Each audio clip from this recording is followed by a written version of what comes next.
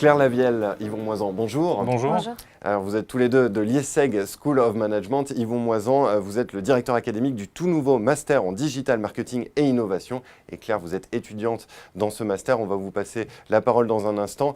Mais avant, je me tourne vers Yvon. On va évoquer ensemble ce que la transformation numérique implique dans la formation des futurs managers. Alors, votre témoignage, il va nous permettre quels sont les enjeux, puisque vous avez cherché à être innovant à la fois sur le forme et sur le fond. Alors, d'abord, est-ce que vous pouvez nous dire sur quels sont les grands sujets auxquels il faut sensibiliser les jeunes, les futurs managers aujourd'hui?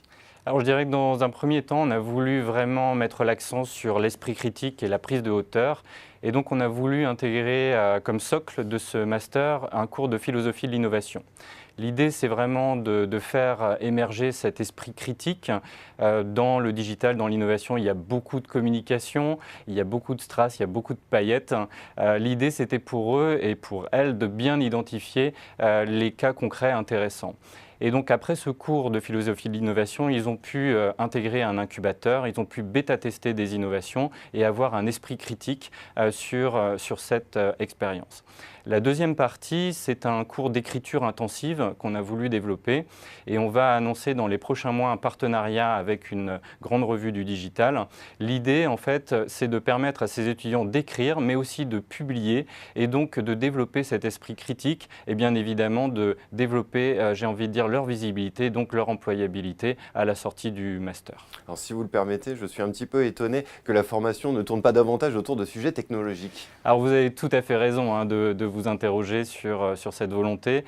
À ma connaissance, ça n'existe que dans 2 ou 3 écoles au monde, mais effectivement, il y a d'autres socles et on reprend tout le spectre du digital et de l'innovation. Donc on retrouve un socle autour de la data, machine learning, big data, data mining, ICRM.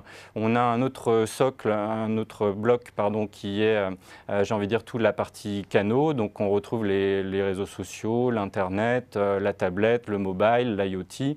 Et donc les étudiants peuvent concevoir et développer un site Internet, une appli mobile.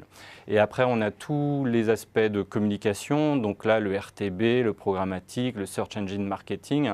Donc on couvre vraiment toute cette partie du digital, mais aussi l'innovation avec des cours d'innovation, d'entrepreneuriat, d'open innovation.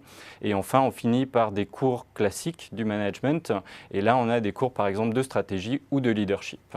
Alors voilà pour le fond, un mot sur la forme. Comment est-ce qu'on enseigne à l'heure de la transformation numérique dans l'enseignement supérieur en management? Eh bien, je dirais, on a repris le principe du learning by doing et donc les cours qu'on leur enseigne sur tout ce qui est méthode agile, design thinking, UX design, eh bien, pour finalement faire émerger la bonne idée et puis développer leur créativité, eh bien, on a voulu laisser 15% à peu près de delta, tant en termes de cours que de contenu que de projet dans ce master.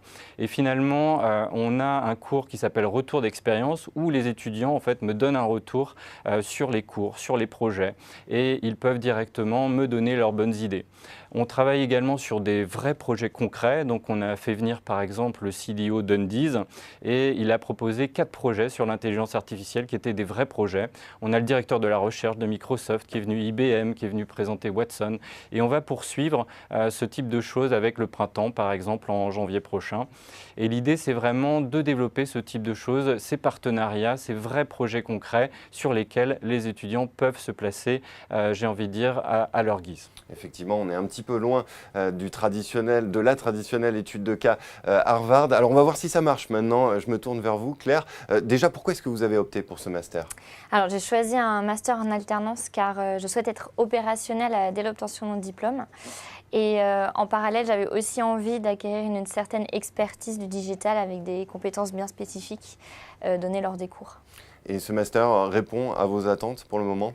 Ah oui, tout à fait, il répond complètement à mes exigences car tout d'abord, les professeurs que l'on a pendant les cours sont extrêmement qualitatifs avec des parcours professionnels très intéressants. Ensuite, on a une charge de travail personnel, mais aussi de travail en groupe. Et on sent l'exigence demandée par l'école tout au long de ce travail. Donc c'est très, très stimulant et on donne le meilleur de soi-même.